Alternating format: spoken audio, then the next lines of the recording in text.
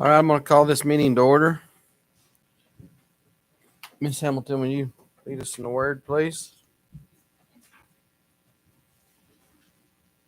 Join me. Father God, we just come to you now. We thank you and praise you for the moisture that you've been sending. We pray that you continue to bless the land. As you know, our need is great and deep. Father, we just thank you for your presence, for your love, most importantly, for your son, Jesus.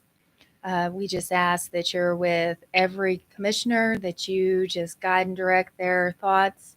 Just give them the strength and just thank you for blessing them in their leadership roles and calling them to their service. Lord, just be with everyone in this county. And Lord, we just are so thankful for the family that works here. We just thank you and praise you for your love. And we just ask that you forgive us where we fail you. It's in your son's name we pray. Amen. Amen. I pledge allegiance to the flag of the United States of America and to the republic for which it stands, one nation, under God, indivisible, with liberty and justice for all. I salute the flag of the state of New Mexico, which is a symbol of perfect friendship among united cultures. Good morning, everyone. Good Is this morning. all right this high? Okay. All right. Make sure everybody can. Okay. Curious. The chair would entertain a motion for approval of the agenda. So moved, Mr. Chair. Been moved to second, we approve the agenda. All those in favor say aye. Aye. All those opposed? On to item 2, approval of the minutes from July the 12th. I'll second Mr. Savage's motion. All those in favor say aye. Aye. All those opposed? Minutes approved. On to public request. Well, not too much out there today. Nobody in the hall there, is there, Javier? Well, let's go on to elected officials. Detention. Ms. Ramsey.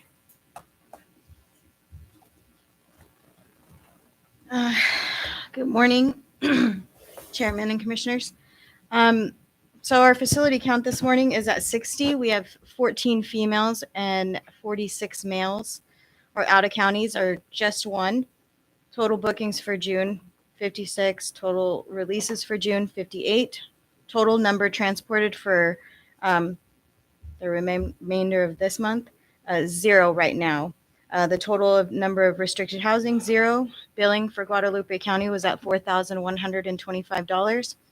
Clay County was at $1,275. And then for my annual reporting for you guys for number of days incarcerated for the year 2022, we're at 7,009.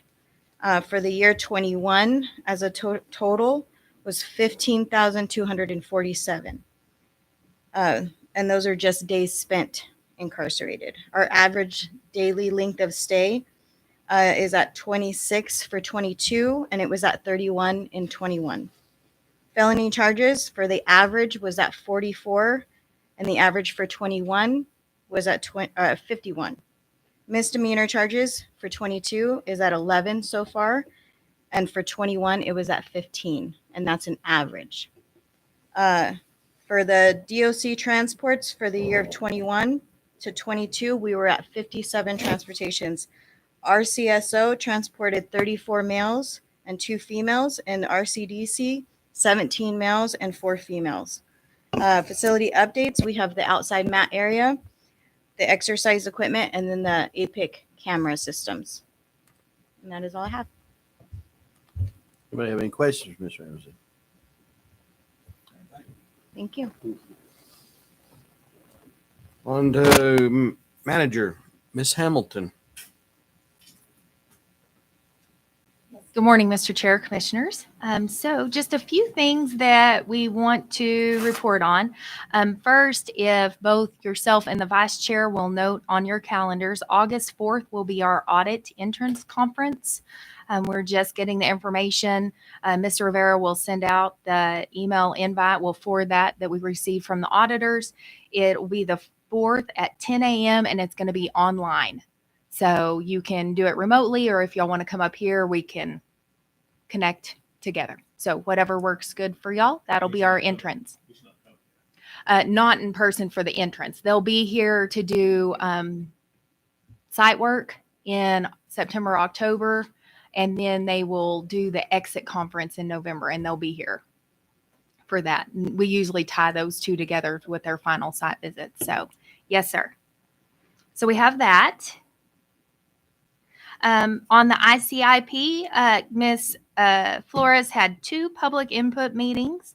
We did have some attendance at the last one, and one of the things that they noted was in Commissioner Savage's district on South Roosevelt Road O.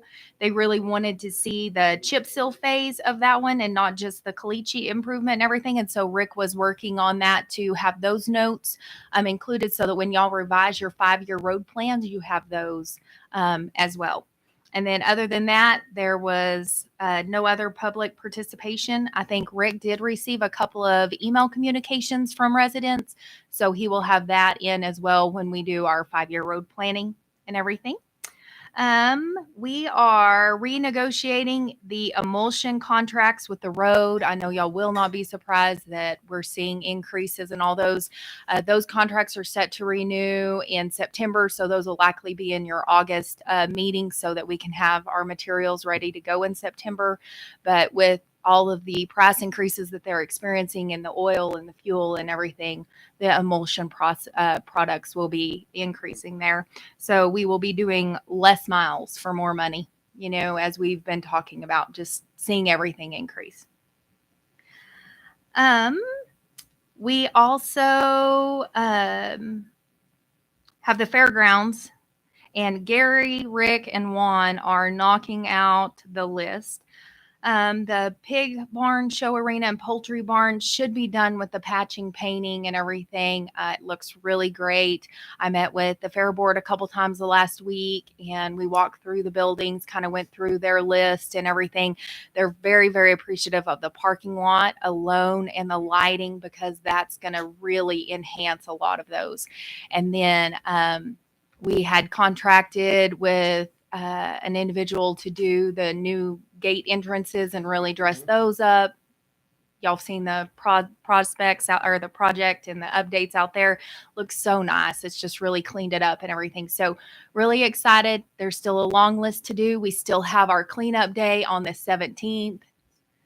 Yeah, we almost put like gates for dentists on there. Like, we knew you'd love those. So, but it's wonderful to see everything that's happening out there. There's still a lot of work to be done, but they have been knocking it out. The road guys yesterday, they had a group out there doing landscaping, and they got the Jake Lopez cleaned up and everything. So just looks really good as they continue to do those. So again, that work day's on the 17th. We do have some staff that are signing up, more to come. We have,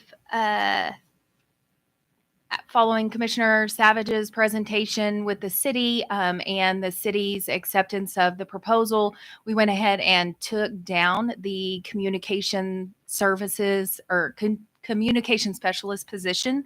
That was posted as of June 23rd, when we thought we were going to have to fill it quickly. That was something that the commission had approved. We took it down, and I actually asked HR to send an email to notify all those applicants. We had 96 applicants for this position alone, which is amazing. So what I had asked HR to do is actually send an email to all the applicants, encouraging them, notifying them that we're negotiating, moving toward a regional dispatch, encouraging them to look at the City of Portales' website and apply for open positions that they had there for communication specialists if they were interested and everything. So again, we didn't want to miss out on 96 applicants that were interested in that specific position. So other than that, I think everything else is tied to budget. So I would stand for any questions.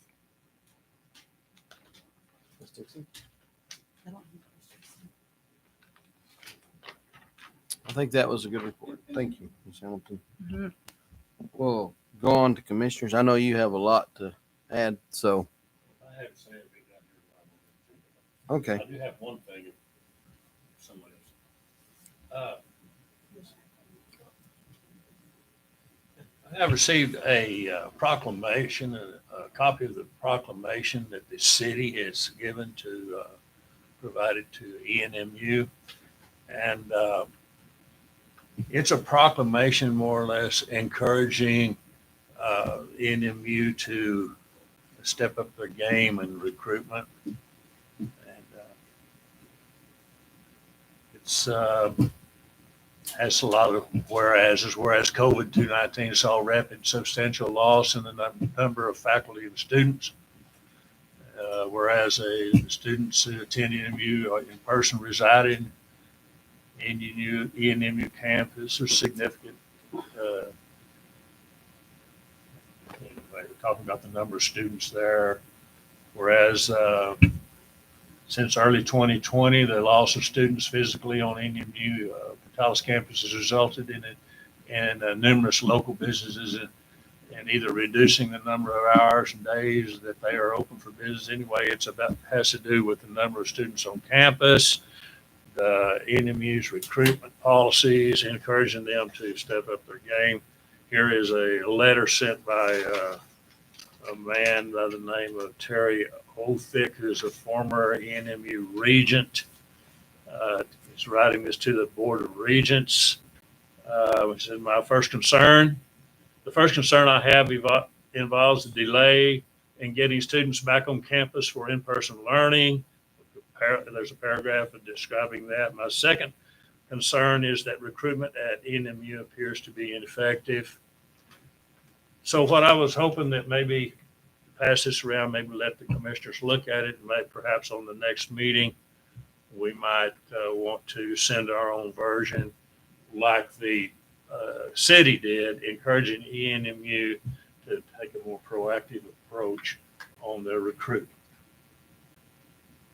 And I would say that the chancellor was at that city council meeting last Tuesday, speaking to them and bragging on how much better things are this year. They've already got more students that are going to be in housing. I think they are improving, according to her. I just want to show the commissioners that and give you time to think. I think that'd be a great deal because ENMU is a big part of our community, always has been. And it's a good thing for our kids to see. We might look at something. We'll all read this, see what we think about it. I'd like to read it because, yeah, I'd like to read it. Of course, we need to support ENMU because they are a huge part of our community for many, many years. I just don't want the wording to sound like we're trying to undermine their authority and us kind of trying to supersede what they are all about. I mean, they have a board of regents president. They have a lot of upper management staff, and so I'd love to read it.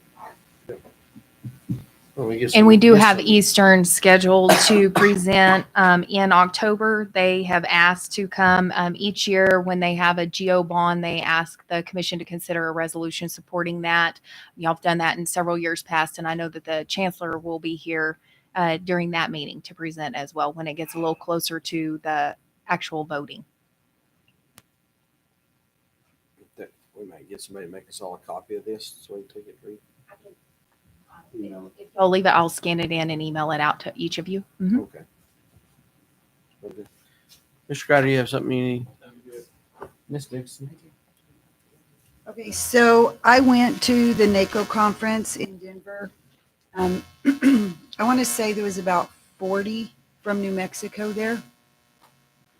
It was awesome. There was a lot of networking. There was some very good workshops and different things that I got to attend. They're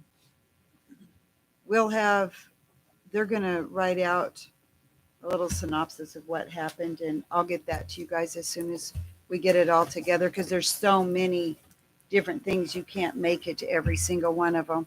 I was on the Ag and Rural Affairs, but I am committee, but I know that Miss Hamilton's also on that one.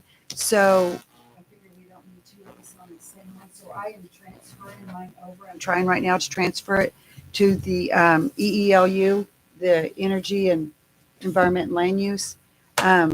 So that way we're represented there as well. That way we can spread it out, because I think there's like 4 or 5 from New Mexico on the ag and rural affairs, and even on public lands. But there is 2 from New Mexico right now on the EELU, and one of them goes off in December. So I think we need to stay represented on things that are important to our area. But anyway, when I get that whole thing put together, I'll email y'all and let y'all know the highlights of that conference. It was great. The trip home was not. Canceled flights, got stranded. It was horrible. But anyway, we got it fixed. So anyway, that was all good. I did want to say about the fairgrounds, they look great. I've had some people call me on the sidewalks out there wanting to know, where are the vendors going to park with the way that the sidewalks are laid out there? How are the vendors going to? So the sidewalks provide the ADA accessibility that we're required to have, and we worked with the Fair Board. The Fair Board will be handling all that. So they have a committee that's assigned, and there's certain ones that handle vendors, certain ones that handle the others. So they're working on their plan now. We met with them last Friday and had everything laid out. Just answered some questions and talked through some stuff. Mr. Spinks and I met him out there at the fairground. So they will handle that. I can't remember which one it is that handles the vendors. I think it may be Mr. McAllister, but they will be addressing that with theirs. And they have got some other creative solutions of how they're going to pour it in there.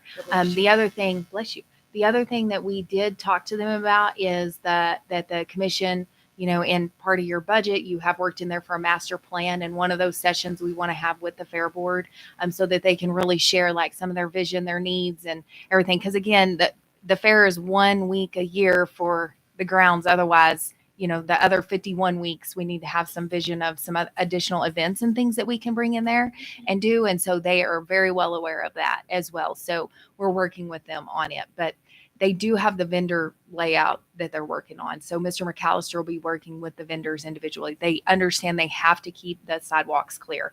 So that's all that they're working around. Okay. But I don't know exactly how they'll have them laid out. Okay. Yeah, I just didn't know when they were asking me. I'm like, I have no idea where the vendors are going to go. Yes, Fair Boards. Yeah. Okay. Thank you very much. Thank you. Mr. Lopez. yeah. I just had a comment. I love the TVs. First time I kind of got a little startled when I walked in. No, because thank you guys. Maybe we need some pictures of places in the county for screensavers besides the. Oh, that would be cool. That doesn't look like Roosevelt County. That sandstorm somewhere. All right. Well, let's move on to new business. Item A, request approval of type 3B summary subdivision replat, the Red Wine subdivision. Mr. Montiel. Good morning, Mr. Chairman, Commissioners.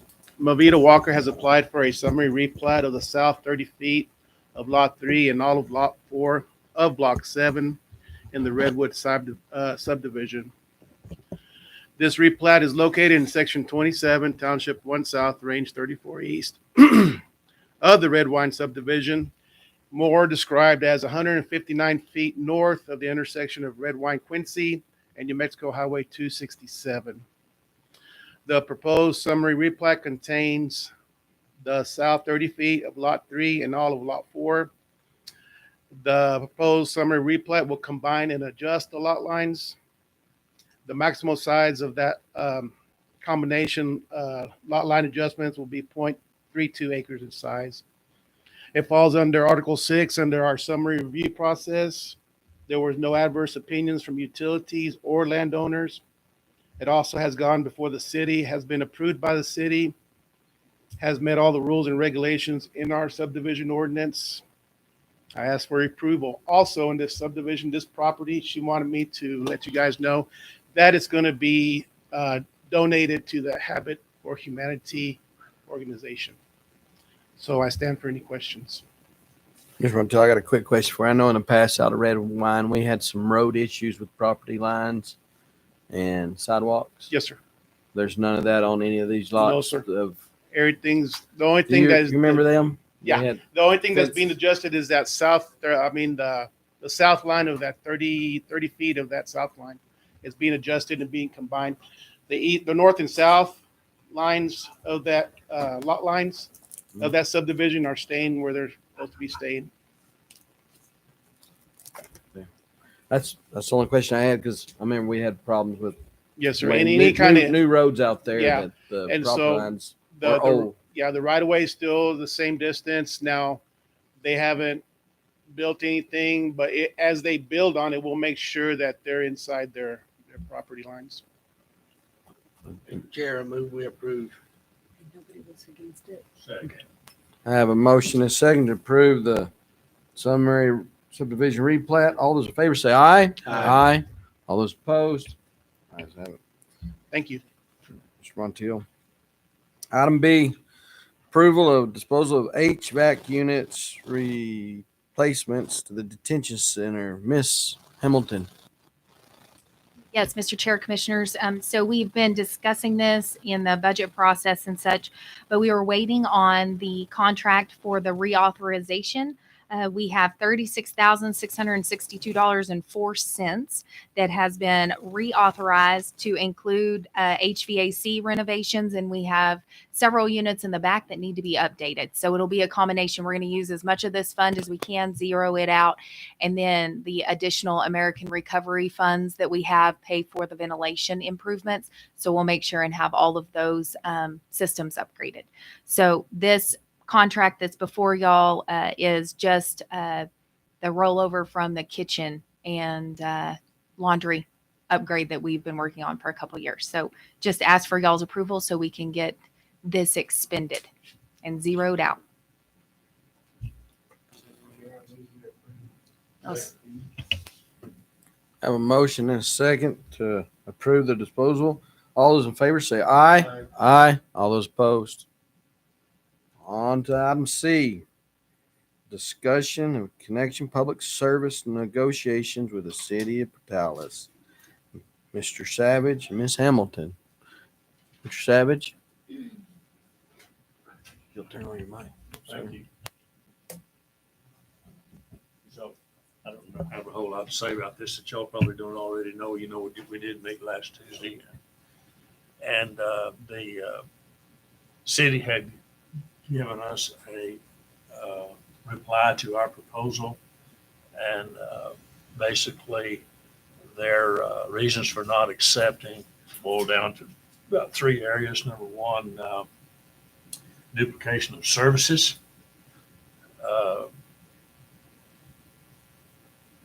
And then they said that they've been providing this service for quite a while and it's working, so there's no need to fix it.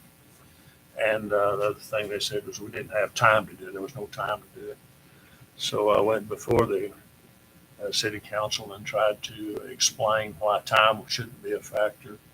This was not a duplication of services since there's one entity performing one function. There's no duplication, and it doesn't make any difference how efficient your operation is.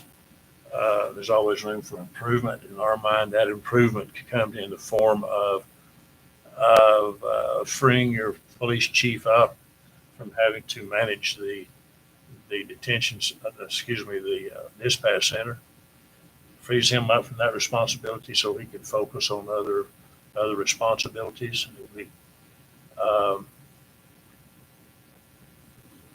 It would allow for equal opportunity supervision, since the members on this board would be comprised of have representatives from each entity that receives calls for service. So we thought it would have an opportunity there for equal opportunity for oversight. And then last thing, I thought that it might have an opportunity to improve in some instances personal relationships, because It might remove some people who had traditionally been in a position of power there. It might put them in a position to share that responsibility. And since those people that are on that governing body are tasked with the responsibility of seeing that the regional dispatch center was a success, I think it would we could gain some camaraderie and a pride in a joint effort there that might improve some personal relationships. So anyway, that was basically, in a nutshell, what I was talking about. As you know, we began formulating a proposal to the city. It's been a long, hard process with facts and data trickling in at a slow pace, and it's a lot more complicated than just having a casual conversation with someone, because we're stewards of the county's resources, and we have to be careful about how we manage those resources. And so in order for us to allocate funds to any other entity, we must be able to justify that. It takes a lot of time and a lot of effort to come up with a reasonable offer on the amount of money. It wasn't just it wasn't just a proposal formulated by myself. This proposal came about by many conversations. We had conversation with Bureau Chief Stephen Weinkauf. He came down here and he talked to us and he talked to the city. Those conversations had an input. We had conversations there also with Dustin Cabledew on what it might take to establish the Roosevelt County own partial dispatch service. We had conversations with Lieutenant Sanchez and Sheriff Parker. We have conversations, not through me, but indirectly, conversations, Amber, through the Joint Powers Agreement with Hobbs, and their Joint Powers Agreement that they have, kind of seeing what they're doing in the way of a regional dispatch center. Thinking, can this be accomplished? Having reassurances from them, yes, this can be accomplished. So it took a lot of effort, not just on me, a lot of it on Amber. We have to give her the credit. She's done an incredible amount of work, a lot for Javier and Malin. Their input was essential, and they did a great job there. I think that they're very professional and help me understand a lot of things, because when I first started, I didn't know a PSAP from a CPAP. And so it was That's right. it was very informative to me. I think that looking back on it, I've taken this, I have a master's degree in animal science, and I've taken some complicated courses. I equate this to kind of being a 500 level experimental statistics course. I started in this, I knew very little about it. I didn't know there was a difference in PSAP and dispatch. I learned a lot there. But I tried to inform myself and do the best job I could, and it's been a difficult job. But I think we have provided a proposal to the city. They went into executive session. We waited for the reply. They came out and said, we're going to accept your proposal. Parting words to me from Mayor Pro Tem Miller was, I don't think this is going to be easy as you made it out to be. I never made it out to be easy. I said it would be easy to form a board, but it's not going to be easy to transition into a regional dispatch. Yesterday, I went to Hobbs, and so did Javier, Veronica, Deputy Bowen. We went to Hobbs and we sat in on a meeting governing their governing board for their regional dispatch. We sat in on a board meeting. We met with a lady named Angela Martinez, who is a genius. She knows so much, and she's very intelligent. She's acquired a tremendous amount of knowledge through experience.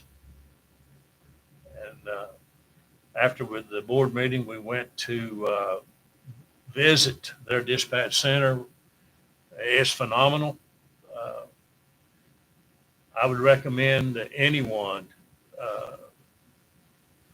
on their own or somehow would be to your advantage to go down there and set in on a board meeting. What I was impressed about their board meeting was they were all happy, sharing. They all had a little bit of things to share and things that need to be done, but they were so happy with each other. They were so happy and elated just to see us come. We were the only ones there that weren't there were no members of that county, of Lee County there. Just we were the visitors. They made us feel welcome. They assured us, hey, if there's any way that we can help you do this. I understood them say they started this about 2014. They've been doing it, what they call a regional dispatch center since then, and they've just recently added Eunice, Tatum, Lovington, and so they've got 4 municipalities plus Lee County involved in their what they're calling a regional dispatch center. And so I asked them the question, well, I'm a bit confused about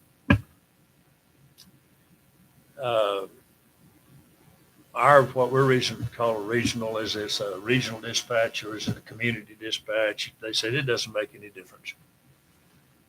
What makes a difference is that you are converting to a dispatch center that is governed by a board and not under the control of the sheriff or the police chief. It's governed by a board and has equal opportunity input from all those that are receiving.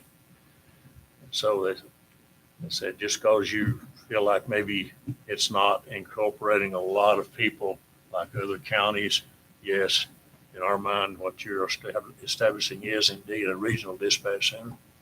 So that cleared that up. But we went on over to view the facility. That facility is big. In addition to the dispatch manager's office, there's offices in there for the Lee County Sheriff to come in and do work in there, file warrants, do a lot of things that they need to do. They showed us where they file the warrants, where they file the NCIC reports. It's color coded according to each entity, each municipality. It's quite something. The organization there, different offices in there. There must have been at least a half a dozen different offices in there for different people involved in this dispatch work. They had the emergency center. Just the management part of the emergency center, I counted maybe 14 computers where the managers worked, and then the other big room where the people doing the work worked. I lost count. There were aisles and aisles of computers and dry erase boards. And that emergency center, I guess probably Johnny's seen it, but it blew my mind, their emergency center. So as we move forward here, it would be fantastic to have that. I don't know how we're ever going to be able to afford it. They indicated that a lot of their support comes from the finance authority, like Wise Costs office for the building and the equipment and everything. But then for all the other stuff, they only pay, what we learned there is state will only pay for the equipment for PSAP. After that, the dispatch and all the employees and everything has to come out of county funds. But it was amazing. I think y'all need to go see it. And it's just like Mayor Pro Tem Miller said, we're willing to move forward with you, but it's not going to be easy. It's going to take work. But they assured us it can be done. Angela Martinez said, guys, if I have to come up there and talk to y'all, come to your commission meeting, go to the city, whatever, she said, I will go on my own and I will help you make this transition. She said, it's the best thing that has ever happened. She said, I've been involved in dispatch for over 20 years and it's the best thing that has ever happened. And it's a great opportunity that you start there. Then she also showed us a map of what she anticipated coming down from state, and she based her opinion on past conversations with state officials that they're moving. The state is indeed moving in the direction of moving to regional dispatch centers throughout the state. She indicated that she think in the end, when the dust settles, it will be concentrated down to about 5 maybe dispatch centers serving the whole state. So that being said, if we want to get started on this, if you want our local sheriffs, our local police to receive dispatch from a local entity, it's better to get started on this now, because if we wait and someone else starts a regional dispatch center, we may be, no telling where our dispatch is going to be coming from, but we think that our deputies and our local police prefer to have dispatch from a local dispatchers. So anyway, it was quite interesting. Took a long time. I have to commend Lieutenant Sanchez, Deputy Sheriff Bowen, and Councilperson Veronica Cordova on their own. Travel down there, look at that, study it, ask questions. I think that there are people that on the city council that have a very cooperative spirit. They're open to suggestions, and they want to see it. They want to see the system work. So that's quite an experience. Don't have much more to say about that as far as ongoing. We've kind of got past the dispatch center. Now we have to move forward with detention, fire, and EMS. Again, the amount of money that they are requesting, again, before we can allocate funds for fire and EMS, we have to look at the whole ball of wax, considered detention and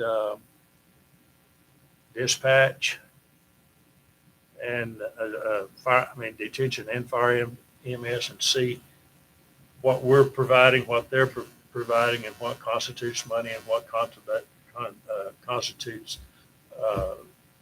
input, in kind type of input. So that's going to take a lot of, again, that's going to take some scrutinization of the data again.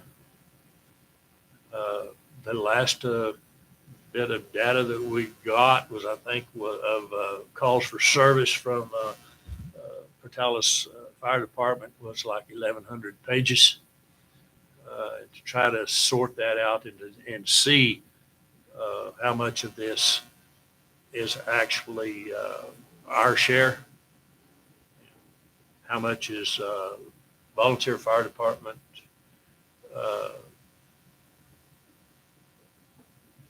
how much is Portales Fire Department, EMS, because of the areas of responsibility designated by the state fire marshal. The number of calls from the volunteer fire departments other than Arch and Mill and Sand. What portion is ours? What portion is someone else's? It takes it's 1,100 pages or so of calls for service. It takes time to look at it and try to come up with a feel. Okay, what is actually ours? So that's going to take some time, and that's going to take some time, which I'm sure that Amber's probably much more, and Shayla, Sheriff Parker, and Lieutenant Sanchez are a lot more knowledgeable and cost of detention. We've got to really figure, okay, we want to pay our share, and that's only right. But at the same time, we have a fiduciary responsibility to our citizens to manage our resources. So that's going to take some time. I would mention that the a proposal that we sent to them, which they initially rejected, is actually no more and patterned very closely to that letter sent by us to the city council for our meeting on July 11th. If you will consider that letter where it talks about PSAP, the language in that, talking about PSAP in that letter on July the 11th, is nearly identical to Plan A on our proposal. So this is evolved over a period of time. I don't think it should have been a surprise to anyone what our final proposal said, because it had already been provided to them on July 11th. So actually, that's about all I have to say, probably more than I ever intended to say. That's good. That's good. But I think that these two gentlemen with their heads sticking in the door, these guys need to be thanked heavily. They've done a tremendous job. They're highly professional. They have a lot of experience and wisdom to offer, and I'm counting on them moving forward to continue their input. So basically, that's all I have to say. Let me get some, Dad. Yeah, just adding that we have not yet seen the draft JPA following the agreement that the city extended on Tuesday, and haven't received any kind of email correspondence yet, but I do plan to follow up to see if we can get some draft to kind of start fleshing that out and seeing what it's going to look like. We've had a couple of agreements go back and forth, but we haven't seen a joint powers agreement that they've actually talked about. So we want to see that. We want to be able to, hopefully, if we can get that before the commission, I mean, if we can get it and work it, then we'll have it to present for the commission to consider at your August 9th meeting. That's the goal. We did go ahead based on what the city committed. You'll see in the budget, we've tried to account for everything that we have accomplished to date. But there's still so much more to be done with that. So joint powers agreement, we're still working toward that. Hopefully we'll see that soon and we can get that draft reviewed legally, get it to the commission, let y'all look at this, see if that's something y'all can consider at your August 9th meeting. Right now, is in terms of detention, we have been working on our numbers. We do. That is something that we actually provided to the city. I believe it was back in March or April, where we had all of our housing numbers and everything. And we went back, I think, 3 or 4 years to actually provide them a lot of historical information. That is something y'all have seen on your email. I'm happy to resend it because it may be buried somewhere at this point. It was earlier this spring. But right now we're at $145 a day. We know those costs are going to continue to go up. Medical continues to go up. We have utilities now that we haven't paid in the past that we're anticipating. So we know that our cost per day is going to increase as well. And so that's something that we'll continue to manage. And I think that's the important part. And Commissioner Savage has done a tremendous job when we're meeting and really digging into this. It's like these documents, we don't need to let them go so long next time. Like they need to be living, breathing. We need to be revisiting these every couple of years or whatever the time frame is. Because as costs change, there's going to have to be adjustments made. And just like with the dispatch contribution, once that's up and rolling, that may change next year. It takes a year to get that thing established. We don't know what it's going to look like next year. So it's kind of a moving target as we get everything put into place. And just adding on to, we're working on a draft proposal for detention. I did ask the city if they wanted to include fire and EMS in the same proposal. I did not receive any direction on that yet. So we'll try to work up something that has both fire, EMS, and detention services in there and start working toward that one. That's the next big one. It's like eating an elephant one bite at a time, I think.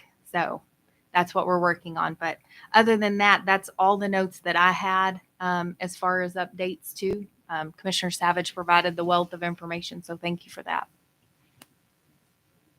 Ms. Dixon, you have a question? I do.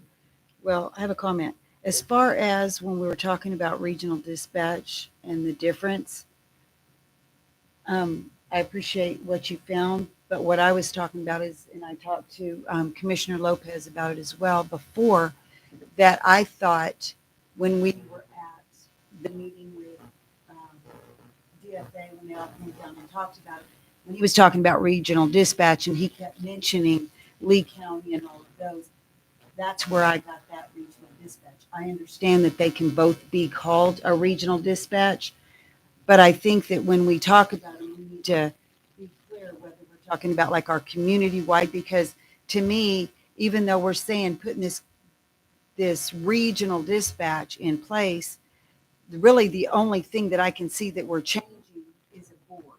We're just adding a board to what we already had in place. It's still the same dispatch services. We're just adding a board, which I think is great. And I think that's going to be, great for everybody to get it here. That's where I was at on that regional dispatch. As far as Lee County, yes, I think what Lee County does is great. I have met with their commissioners several times on their different dispatch services. I think it's great the way they do it. But we also need to take into consideration that their dispatch is funded a 50-50 split with the county and Hobbs. When Eunice and Tatum came on, which we split hairs with Dora Floyd and Elida, but when Eunice and Tatum came on, they don't have the money for dispatch, so the county picked up their dispatch service fees. So if we're going to compare to Lee County, we need to look at the entire picture when we do it. And I think that's all I have.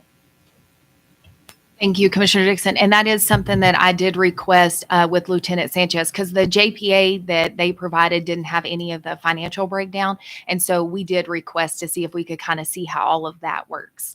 And I know part of their county contribution is that the county is the fiscal agent and houses them and everything. So a little bit different setup. But yes, ma'am, we did request it. Just real quick. Also, it's really difficult to compare apples to apples when comparing Lee County to our county. Lee County really can be compared to most wealthy counties all over the nation. So we need to take that into consideration because it's going to become a money thing when it's all said and done. The idea where we're going, I love how they said community dispatch. I can relate to that a lot better than regional. That's fine and dandy. I'm going to support it 100%, and I'll say it out loud. But I am like Commissioner Savage. The more knowledge that I get, the better, because this is one subject, one topic. I've got my college degrees, and it was like foreign language to me. And as I hear Commissioner Savage, give his report, I'm just absorbing. I'm learning.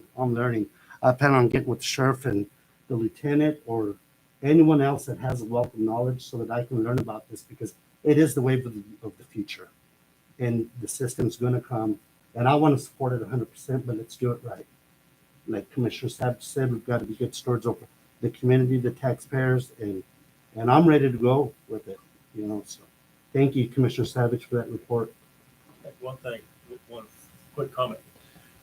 the chairman of that board, one comment he made that kind of stuck with me is, don't look for reasons not to do it. Look for reasons why, or reasons why you can do it. And like, and it's like what Mayor Pro Tem Miller said, this is not going to be easy. It's going to be tough. But we need to look in the positive direction, why, for reasons why we can. And I think I have a lot of confidence, and after working with the city council to some my brief encounters with them, I think they do have a positive attitude, and I think they can be worked with, and I think they're serious about this too. Any more discussion? I would like to thank Commissioner Savage for all the hours and paper staring and number crunching he did. And I felt real confident with you in there negotiating for us and visiting. So I just wanted to tell you that. I felt real good that we picked you to go do that for us. We've got some more on the agenda, and I'd like to move on. But there's one thing. I did the best we could. Amber and I were designated as the negotiators. We did the best we could, and I think we did a decent job. But I think the system could be improved some with better communication with us in our commission meetings with the commissioners to keep them more informed closely, so they're more informed and aware of what's going on. I think we need to do a better job there of keeping y'all in the process of this. Keep y'all better informed of what's going on, because I think we're doing a lot right, but I think there are other commissioners, if they knew what was going on, could have a valuable input. Yes, and to add on to that, so we send a lot of information on email and we send that, but we can bring more of that. I mean, we've been discussing this in public meetings as we go, but we want to have more of like this discussion where there's a little bit more fleshed out and more time to ask questions or whatever else, or if there's more information y'all are needing to see, different things like that. Because again, I know it's hard to get those emails of 1,196 pages of calls or 900 and some odd pages of calls, and he's done all this. So you say hours, but it's actually days he's spent because he has gone through each one of those and broke them out in his little magic green notebook where he has all the calls sorted out by different agencies and things like that. It's just so much information to digest. So we're trying to do as much Reader's Digest version, like once we get through it, but also provide the information to y'all so you can look through it yourselves as y'all have time, so that you can see everything that we're seeing the same things. And so that then at least y'all understand, like, hey, this is what we're seeing. This is what we've requested. This is what we're still waiting on. This is some additional information we're going to have to request. So all of those things, we want to look at their, now that we're all finishing our fourth quarter budgets and everything like that, we want to look at their actuals, because if we need to adjust numbers based on actuals, we need to consider that. We really want to look at the picture at a whole as well as ours. And we shared all of our information with them. We'll continue to do the same. So thank you for that. I made a note. Moving on. No more discussion. Item 6, procurements, contracts, and agreements. Request of approval of intergovernmental agreement with the State of New Mexico Department of Finance Administration for the capital appropriations project of $36,000 to reauthorize the Roosevelt County Detention Center. Ms. Hamilton. So my apologies, as I got confused a while ago when we actually did this one that I presented on. Sorry, I need a little sleep. So my apologies, but this is the contract that I presented on earlier. We just kind of had it out of order, and that's, again, my apologies. This is for the HVAC unit. Yes, I'm so sorry. So this Okay. is the contract. Sorry I'll move now. to approve. I caught that, Amber. Sorry. It's okay. Been moved second. All those in favor say aye. Aye. All those opposed? No. No no's. Resolutions, ordinance, and proclamations. Item A, consideration resolution 2022-31, adopting amendments to the Roosevelt County Detention Center policies, Procedures Manual and Annual Manual Review. Miss Ramsey. Yes, Chairman and Commissioners, I went through the policy earlier this year, and we just changed a little bit of the verbiage for, I believe, 4 of the policies. So the first one is going to be Chapter E, Section 5. We added a little bit about the institutional vehicles being covered by insurance. Employees are required to report at once to their supervisor any accident or traffic citation, moving or otherwise, that occurs while on official business. Roosevelt County Detention Center is not responsible for parking or moving. Violation tickets incurred in the course of official duties in either Roosevelt County Detention Center or personal vehicle.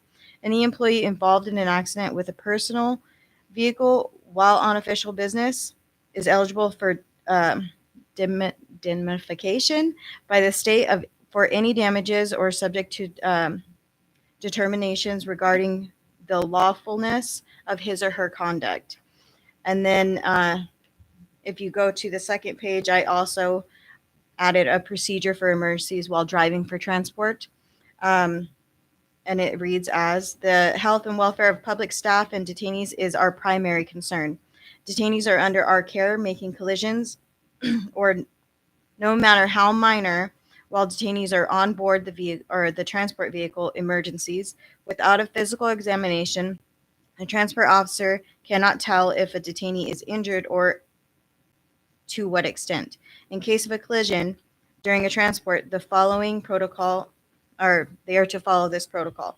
So it says the transport officer will activate the incident command system and will be the incident commander until relieved. Notify local law enforcement agencies and emergency medical services and wait for their arrival. Notify the shift supervisor. The shift supervisor will notify lieutenant and the administrator. The detainee will need to be examined at the nearest hospital for injuries. One officer will stay with the detainee. If there's 2 officers, the other officer will stay with the vehicle. If there is only one officer, that officer will go with the detainee. I added the same changes to our medical transport of detainees, which is Chapter 5A. So hopefully I won't have to read that again. But to move on to the other policy changes that we've made, it was just kind of updating to minimum custody units. This is going to be D14, supervision of detainees and security checks. We just kind of changed their verbiage to administrative separation rather than segregation or anything like that. And we changed to medium custody units just to make sure that we're following kind of the standards that they put forth for us. That's really all we did. And then we did the same thing on supervision of detainees as well. And that was pretty much all we did. So, Oh. Mr. Chair, these were presented to Randy. These were things that we've been working on since May. So, prior to his departure, we did have him review these for legal content. I have reviewed them, circle back with a few things for clarification. So, these have gone through the process. This is the annual requirement that the administrator is required to do as part of our accreditation, as y'all know. And this is the year that we will actually have the accreditors on site. We've had the original accreditation, one renewal, and now this year will be another hands-on inspection. They'll go through all of our files, and this is one of those requirements, is the annual review.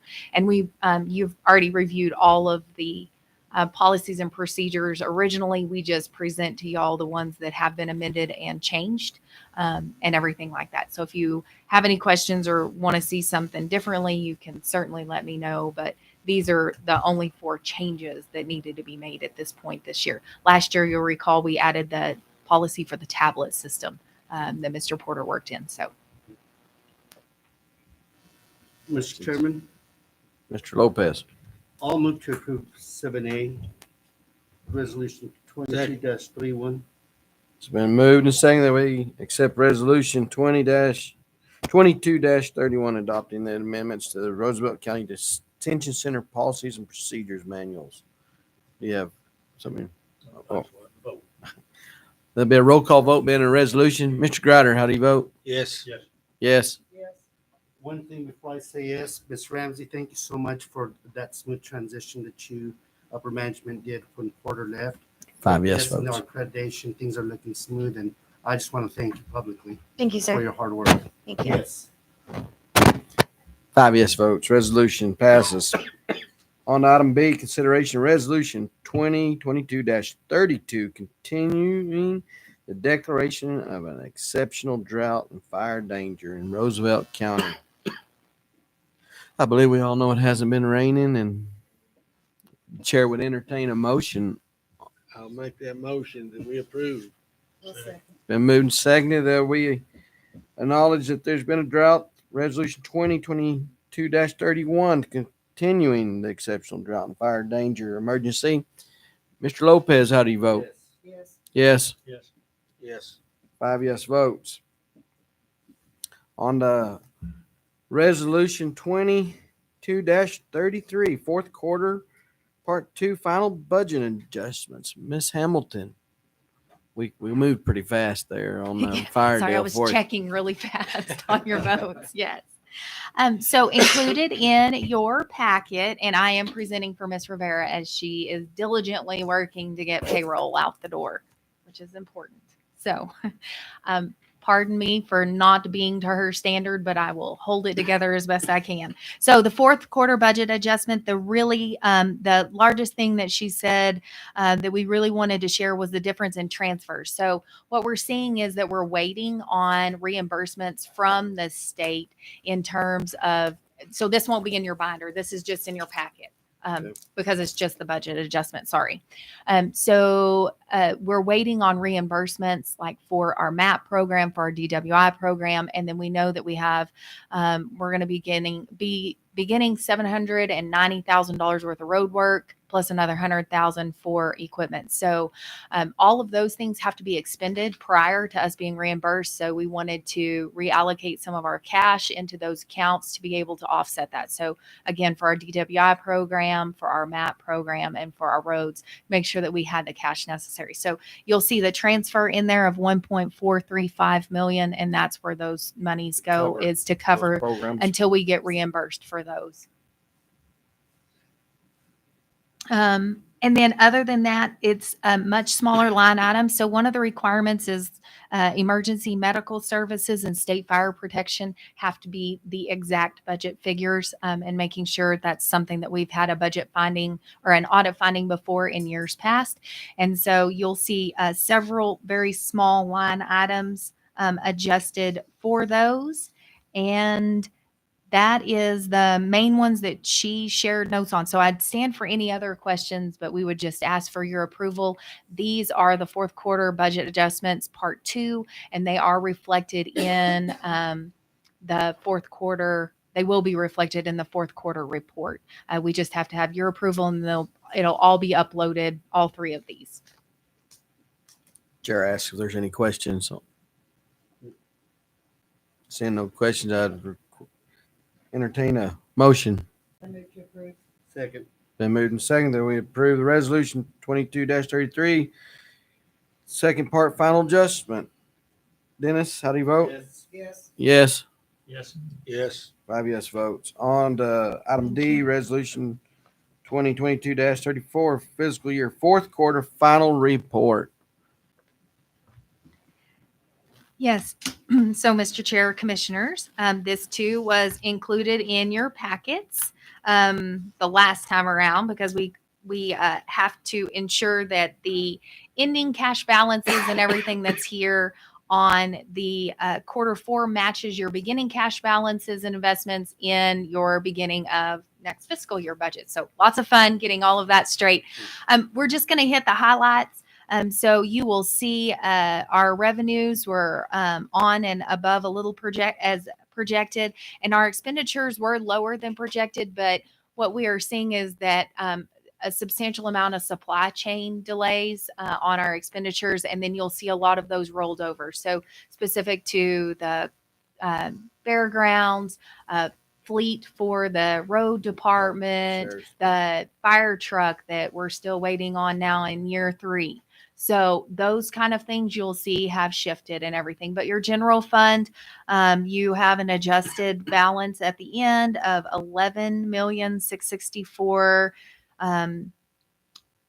And that all looks positive. All your funds, again, looking and making sure, as y'all will recall over the years, the transfers are all zero. They net.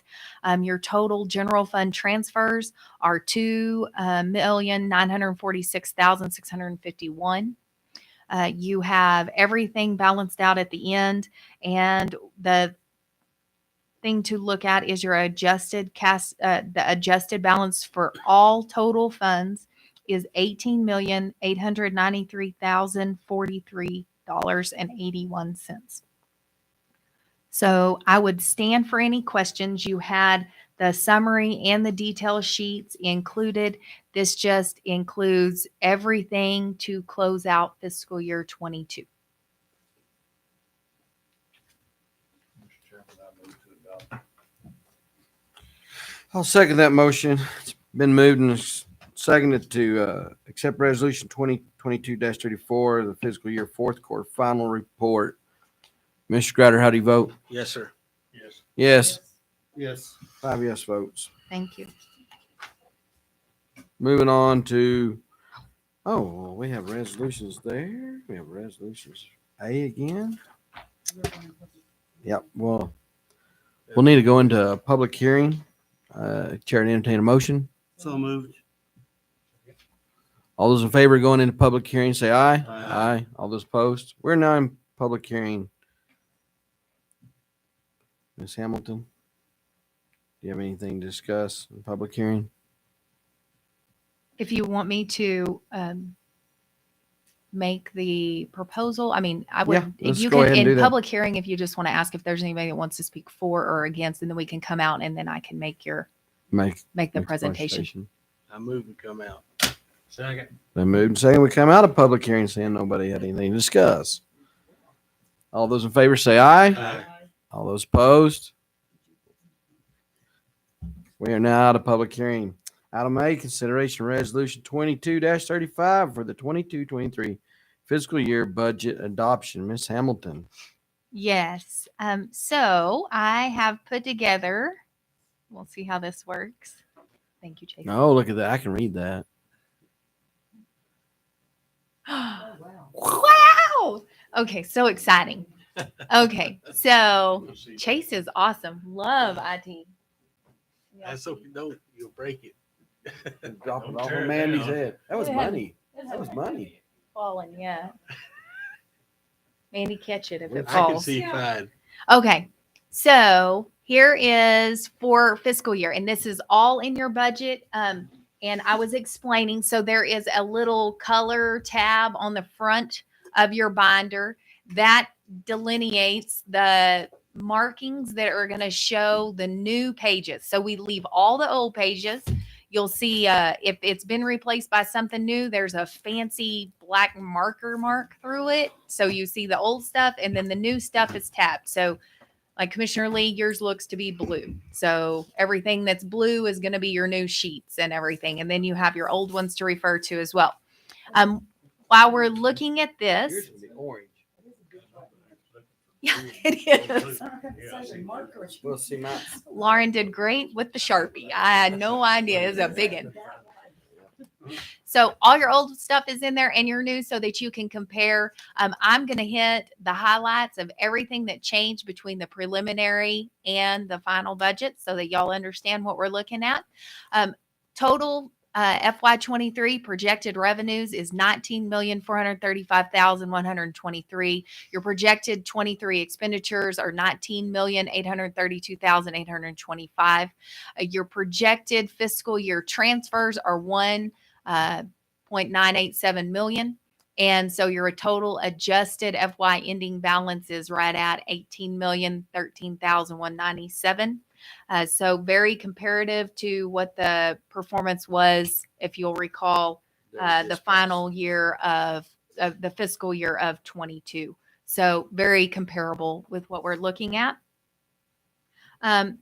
So in those, as we all know, most of your, there's a lot of your funds that are very specific, regulated and everything, but general fund is the one where the control is, where y'all have all your decisions, everything that's being made, all of our personnel comes out of general fund, those kind of things, as well as the road fund and the transfers. So your net operating margin, yay, positive $43,047. So very exciting. We always love having When positives. did we start doing this? So positive operating margin. That's where we're at. We have had positive Oh, operating Lael. margin for the last several years. Yes, thank you, Lael. So in comparison, I also wanted to show y'all the beginning cash balances. So for fiscal year 22, y'all's beginning cash balance was the 3.951 million. Your beginning cash balance for FY23 is 3.999 million. So again, very comparable in your beginning cash balances. Your total projected FY23 general fund revenues are just over 10.8 million. Your projected FY23 general fund expenses are just over 11.2 million. So those are summaries there. The next one is, of course, our biggest expenditure. As we all know, local government provides the essential services and it takes our staff. So it's the Roosevelt County family that does all of this, and payroll is y'all's biggest expense, biggest liability exposure in terms of your financial statements.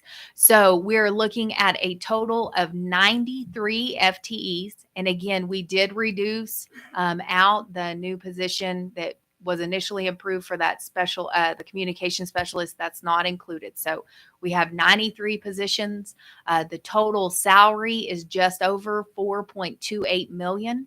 Your total cost of benefits is just over 2.29 million. So your total payroll figure right there for all employees is $6,578,049. Y'all have any questions? Y'all want me to keep It's going? so easy to read than the old projector. This is Everybody scary. knows. This Isn't is it real nice? scary. It's so nice. Our IT is so wonderful. Well, thank y'all. Y'all are the ones that, y'all wanted the upgrades and budgeted for them. So we were just excited to get those rolling forward. So here is a highlight of the modifications from your preliminary to your final that you're seeing in your budget books that have the tabs replaced or the sheets replaced. So you increased your elected official salaries. Those are reflected in there. That impacts 3 commissioners, 2 elected, 2 positions, the assessor and the sheriff, and then in 2 years, the other 5. So again, all of those take effect when you start a new elected official beginning term as per statute. We revised the HR budgets to reflect any of the new hires and rehires. I did share with y'all the update on HR because I just thought it was so positive. Just we did share with all of our employees, hey, the para contributions changed. You're seeing a difference in your take home. Employee morale is just phenomenal. There's just always work to do. We can always do more and do better, but your department heads and elected officials are doing an incredible job with their staff. Everyone, it's this paycheck as of Friday that all those effects take, all those changes and adjustments take effect. And we've seen 3 rehires that had left for greener pastures that came back to our pasture after that within the last 30 days. And so really love to see that. And one of them was, of course, at the road department. And, Rick's been looking, we've been 3 short there for a long time. And I just encouraged Rick, like, hey, this is you. You've done a great job of creating this environment and fostering this growth. And, a young man left because he could go make more money. And he said it was not for him. He wanted back here and he understood he was going to take a pay cut, but it was more important of the things he was gaining at working with the county and the environment and the time off and the benefits and everything. And so I just think that says a lot. Right now, we have 3 openings countywide. So I'm knocking on wood because I really don't want Sean to, but I don't believe in jinxing. So it is what it is. We're in a good spot right now with HR. So We are using our existing cash balance to cover. So y'all have authorized $477,100 in capital improvements. That is everything from the fleet, the one-time purchases. It's all capital improvements. It's the improvements out at the fairgrounds that they're working on. You know, they started a lot of that stuff that y'all authorized in 22, but we didn't get like the pig barn, the show arena, and the poultry barn finished. They'll be finished in 23. All of those things come to place. And so we're pulling from existing cash reserves. Y'all do have your account, your reserve account, the local account set aside for capital outlay improvements too, if there's something else that arises. We did have a 25,000 increase in GRT net expense. This is what we're required to report from the state. So you'll see 25,000 increase in GRT in revenue and net expense in your commission line item. So that's one of the things there's there. The other thing that we talked about was the property tax rates, and y'all had considered some adjustments there. However, in light of the contribution requirements and making sure that we are working with the city, the dispatch contribution and everything else, those property taxes, the rates will have to remain the same to be able to have your $43,000 profit margin right there, operating margin. I shouldn't say profit, because by the end of the year, we know that'll be eaten up. Again, this is our best guess. Liliana and I and all the department heads and elected officials have poured over this and estimated as best we can. But as we all know, we don't have the crystal ball or that knowledge of what's to come in the future. So something can happen. I mean, none of us saw COVID happening. That obviously was a big interruption for so much. So this is as great as we can put together for you, but with the asterisk that it won't be, I mean, we'll have budget adjustments, as y'all are all aware. So the next one, just to go through in general fund, we have the $175,000 for the regional dispatch contribution. Fire, EMS, and detention agreements contributions are to be determined. We did increase travel for Commissioner Dixon to attend NACO. That was less than $1,500, so very small adjustment. But again, it was an adjustment. Fire EMS, what y'all have allocated, I did. So y'all had initially approved the $7,000 to all of the rural departments. And so all 6 rural departments have $7,000 allocated for them.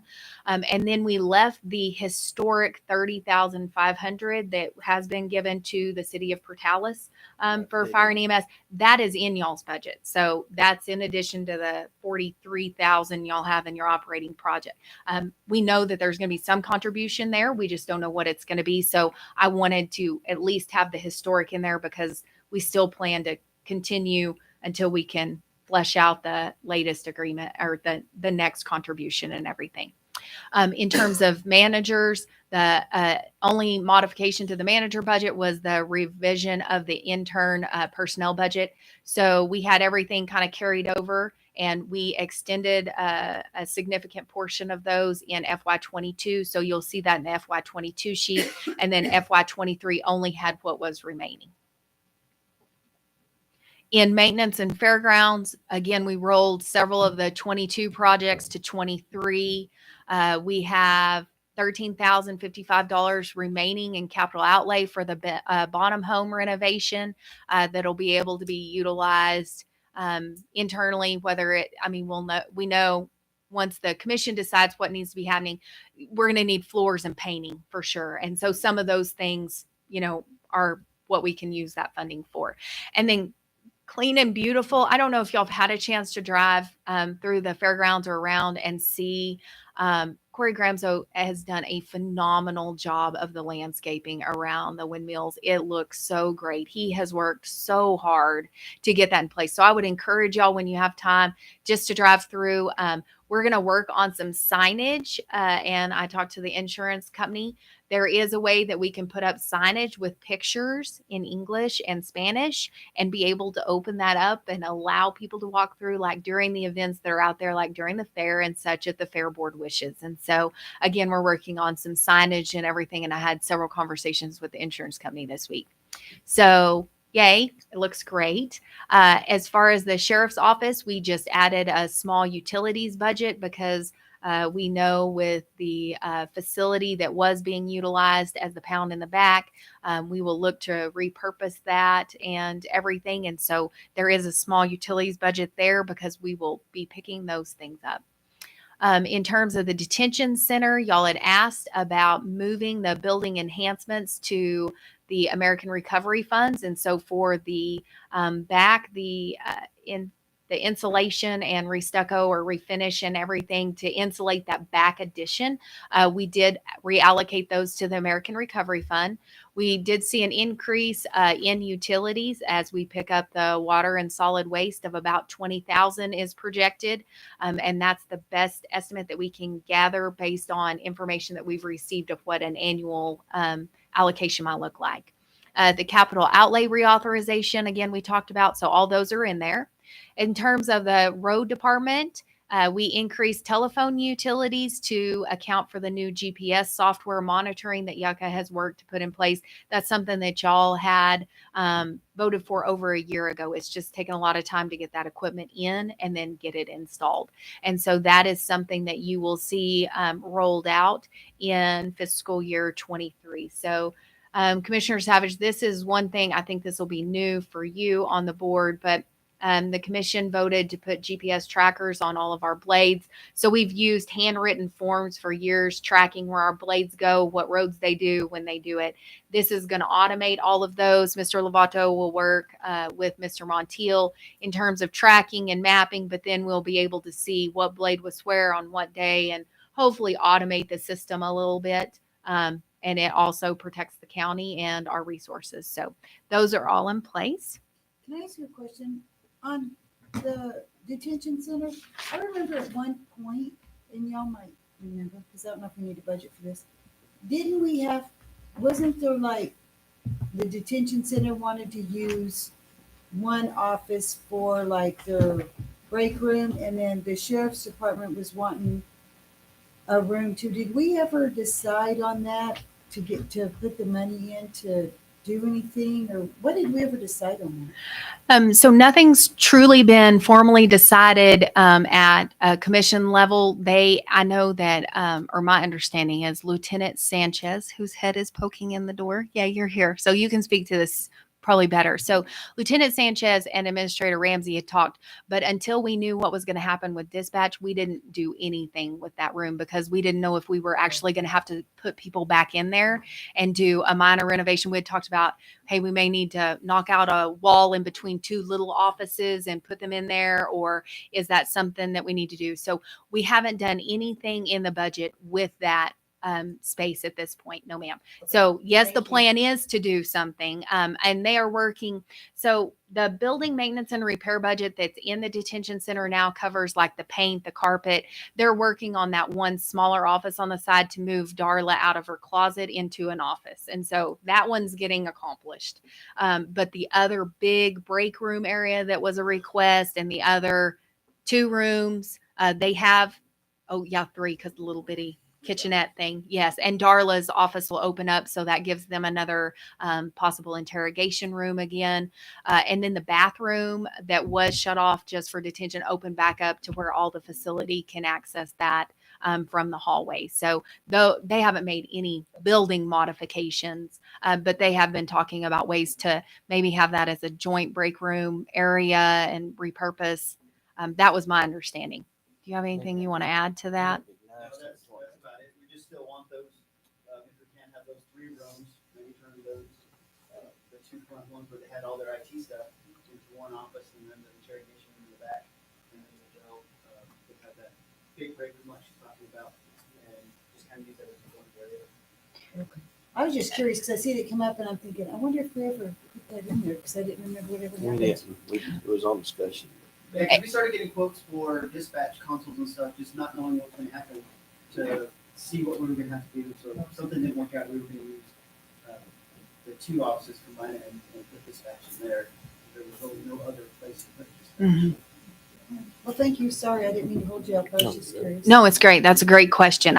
We didn't touch on it since we're just now learning what we get to do. And I think the idea of a shared break room and a great place for that whole facility will be great to explore. Okay, so that's all basically general fund and road department. And then the rest of these are more specific for, there's just a couple other ones. So LEPF, it is just reflecting the Roosevelt County Sheriff's Office distribution. The Arch Volunteer Fire Department, we reduced their rollover for bunker gear. We were rolling over 45,000, but we did receive some at the end of June. And so we just had to roll over a few thousand instead for some of the helmets that didn't come in. And then debt service, there was minor modifications as we balanced to the NMFA statements and everything. So those are, again, all included in your binders. And if y'all want to go through tab by tab, I'm happy to do it. I just tried to do high level and then note each one of y'all's tabs in there so you can see it. Okay, see the eyeballs. So our budget. So American Recovery Fund, again, we moved the RCDC back additions, the HVAC renovations. We have 2 new units with the sheriff's office that need to be replaced. I think it's 2, maybe 3. It's right at about 24,000. They are on order, but I think the delivery was 26 to 28 weeks. So we didn't order those in 22. We just waited until 23. And when they come in, they'll be replaced. The health office, should have worked on that abbreviation. So the health office needs to replace the HVAC renovations, and that was included in our budget presentations, as well as the additional units at the detention center that aren't covered by the capital outlay reauthorization. So those are the things that are in there. And then we have some general things. We're waiting on our second distribution before additional budgeting. Y'all did approve, and there was no changes. Now they can move forward with their drones and all of that kind of stuff. That's what There's no changes to that. These are only changes that happened in your budget. So anything y'all originally blessed and moved forward on, it all stayed. As far as the bottom home and everything like that, it's still in a draft phase. Again, we wanted to see what happened with dispatch. We know that there will be a value in having an EOC for the community. That is something that Commissioner Savage and I can also utilize in our negotiations, and that will help the city of Portales because they would be able to utilize, and it would be something that it would be, again, for the entire county. So all of that is to stay, to wait until the second distribution, and then we'll be able to revisit that maybe in the fall with the commission and see what y'all's vision is for that location. And I have not heard any update from the food bank. So I do not know if they've received word yet on grant funding that they requested. As you know, there were a couple of different entities that came to the commission that y'all agreed to serve as fiscal agents. We have not heard any of those awards yet. And then any additional info I try to put here. So we know that some opioid settlement dollars are coming. Y'all have passed a resolution committing that to help continue and further the behavioral health, and then also our MAP program that's internally. So we know both of those two functions are approved. The opioid settlement dollars are very specific on what they can be used for. We are waiting on capital outlay contracts for road equipment, the volunteer fire department, the health clinic. And we also know that there are some supply chain delays. Again, we're in the 3rd year now of a fire truck for mill and sand. We've got 26 to 28 week delay on HVAC units. So all of those things are just additional info. Just wanted y'all to have at your hands. And I'm happy to also, I know you love to see, some of y'all love to see,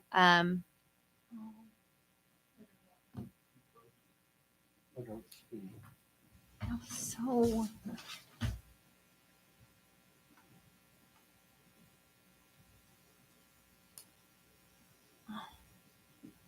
okay, well, I don't know what happened. just because you wanted to show it. Well, you love the recap page where it shows in general fund where you, and that is in your first, one of your first tabs. It says recap, and your news sheet is flagged. Y'all like it because it shows all your, sorry, it looks like, See, it looks like this. So you love this because down here it shows you your magic little operating margin and everything. So just know that this is the new one that's in your book. It's got your recap Mhm. for your general fund Very again. first page. Yes, and it's got your color tab on it. So it has your revenues highlighted and moved over, and then it has a summary of all of your expenditures. So that is included in each one of our reports and everything. So we have that. And then in terms of recap, I don't know what else you need for budget. I gave you totals of everything. Or for minute. You need anything else? Okay. The end for me. So what questions do y'all have now? Does anyone have? It was pretty well covered. Any questions from the commissioners? I'm good. Well, Thank you. Mr. Is that a motion? Yes, it is. Second. Motion to accept the resolution. Where were we at? I got 2022-35. Hey, I got A over here. Yes. Well, we have 278. 2022-35 for the 22-23 fiscal year budget adoption. All those, resolution. Mr. Lopez, how do you vote? Yes. Yes. Yes. Yes. 5 yes votes. Oh, thank you. Budget adoption approved. I have a 7B back here. Consideration of resolution 2022-36 accepting the Eastern New Mexico Regional Behavioral Health Facility feasible study by Intom Health. Miss Hamilton. She's over there. Sorry, I'm trying to Get everything ready. Everything that Mandy needs together. Is this on the study we received in our packet? Yes. So this is the study that I'm sure y'all have all read and highlighted like I did. So Yeah. it was only 100 Trying to and make liars out of them all over here today. like 27 pages. Yeah. So it's a good study. It's got a lot of great information. One of the things that all the governing bodies, again, there are 4 counties, 3 municipalities that are all working together on this one. One of the things that was asked, Curry County produced this draft resolution. I know they're taking it to the board, the city of Clovis, city of Portales. I don't know if it was on the last council meeting Tuesday or if she said it was going to be on a future one. But anyways, all the entities are taking this to their governing body for them to consider. And we're asking for y'all's support and adoption of the report. Basically, it's just, again, we're accepting the report. We've committed some opioid dollars to try to help for that when we receive those funding. We know the next phase of what they've estimated will be like site location, architectural plans, engineering, all of the additional work, getting a RFP together or whatever document, trying to figure out funding, getting those type documents together of, they presented to us at the YAM of all the different things that are kind of, and y'all were the ones that were there. Our board was very present. Y'all did awesome. Getting to hear all of that information and glean it. But the next phase, of course, is to work this into our ICIP. We all need to have it included as a priority on our capital improvement plan. The state continues to talk about dollars that are just flush. And mental health is such a problem that is impacting our law enforcement, our first responders, our volunteer departments. I mean, it's everyone that's out there. Our detention center, obviously, as we know, becomes that defuncto mental health hospital for so many when there's nowhere else to go. So we really are committed. We are seeing some great progress in this, but we want to adopt that plan. If y'all are comfortable at this point so that we can continue to move forward with this. Y'all will see this presented. We hope that y'all will include it in our ICIP. $45 million is a large price tag. The other thing is that the city of Portales is working with the governor's office to set up a meeting in regards to this. So at that point, if they can get a meeting set up, we don't have dates, but then we will ask if a couple of y'all want to, 1 or 2 of y'all want to attend and represent. We knew we couldn't find a common date among us. So our thing was ask the fourth floor what they might have to offer. And then let's, let's schedule accordingly. And so representatives from all 7 governing bodies will be invited to go. And we also think that we're going to need to look, instead of just capital outlay, because it is so big, it needs to be like a special one-time designation through the capital outlay process. And so I know that they're talking to like Representative Crowder was a great one to know kind of how to champion this through. And we know he's on the way out, but he still is great to be able to mentor and kind of help us through that process and what it can look like. And you saw the legislators that attended, so it's great to see that state support. But this is something that I know is near and dear to so many of our hearts, and we see it firsthand. So we're ahead of the game with where other regions are. We've actually had the first phase of the feasibility study and everything. The next phase, as we were talking about, is estimated somewhere around 180, 200,000 initially. And so the hope is between the opioid dollars and potentially some kind of share with the state, behavioral health services is interested in this as well, then we can get the funding to move forward with like the engineering, site location, all of those kind of things. Quick question on that. Wonder why the ARC money couldn't be used that, because COVID causes a lot of mental health. Why could it not be used for some of that?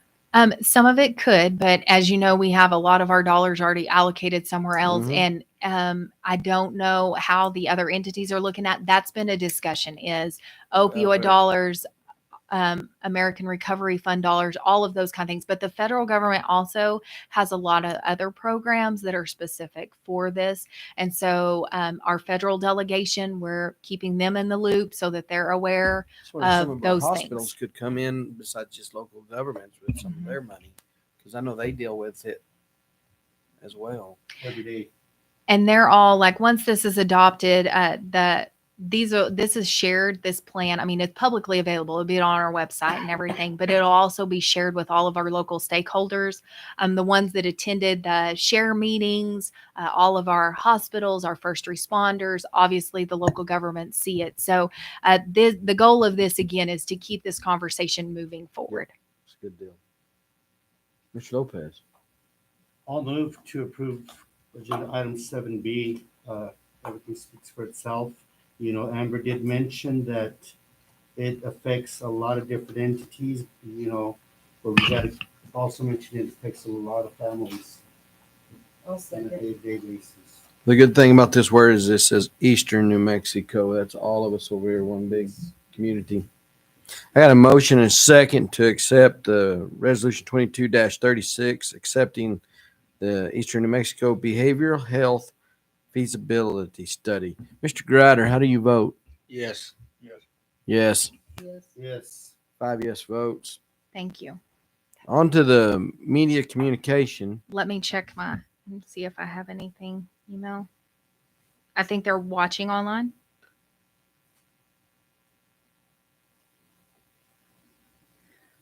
Okay. Kathleen Stinson is the reporter covering this. She heard us say at the county meeting that the city has accepted the county's proposal to transition to a regional dispatch center. Negotiations continuing in any way. Please explain this and where the county and city are in this. Is the county paying the city anything in the interim? How will the interim be measured to get this accomplished? So Commissioner Savage, you were there. I know you had talked about having some benchmarks along the way and setting these up. I think our proposal said quarterly payments was what we proposed. So taking our dollar figure, putting it into quarterly payments and having benchmarks. But I don't think we've seen, did the city address any of those? Or The city didn't address any of that, but that language was contained in our proposal that they said that they would accept. So as it stands now, I understand that the city realizes that we're going to move forward and try to do best we can to accomplish this, and that there will be, and we're going to contribute some funds, but there will be some measurable benchmarks, some progress, measurable progress needs to be made along the way before we can justify spending the money. I think they realize that. And that's something we'll look for in our agreement. But what we had proposed, just to clarify, was quarterly payments paid at the end of each quarter. So September 30, December 31, March 31, and June 30, just like most of the others. Well, and historically, that's where we pay at the end of the quarter for our current agreements and everything. So we do have that. And then just to clarify the sitting arrangements for media. So if you're looking at the commission and you start on your left, you have Commissioner Paul Greider with District 5. You have Commissioner Rodney Savage representing District 2. You have Chairman, and Commissioner Savage is also Vice Chair. You have Commissioner Lewis Shane Lee, who represents District 3 and is chairman. And to his right, immediate right, is Commissioner Tina Dixon representing District 4. And the final one on the end of the right, or furthest to right, is Commissioner Dennis Lopez representing District 1. There's a lot of questions. Sorry. Just a second. That's all right. That's great. I love that they're getting to watch and the streaming's working. Okay, I think that's it. So, thank you. With that, we're adjourned.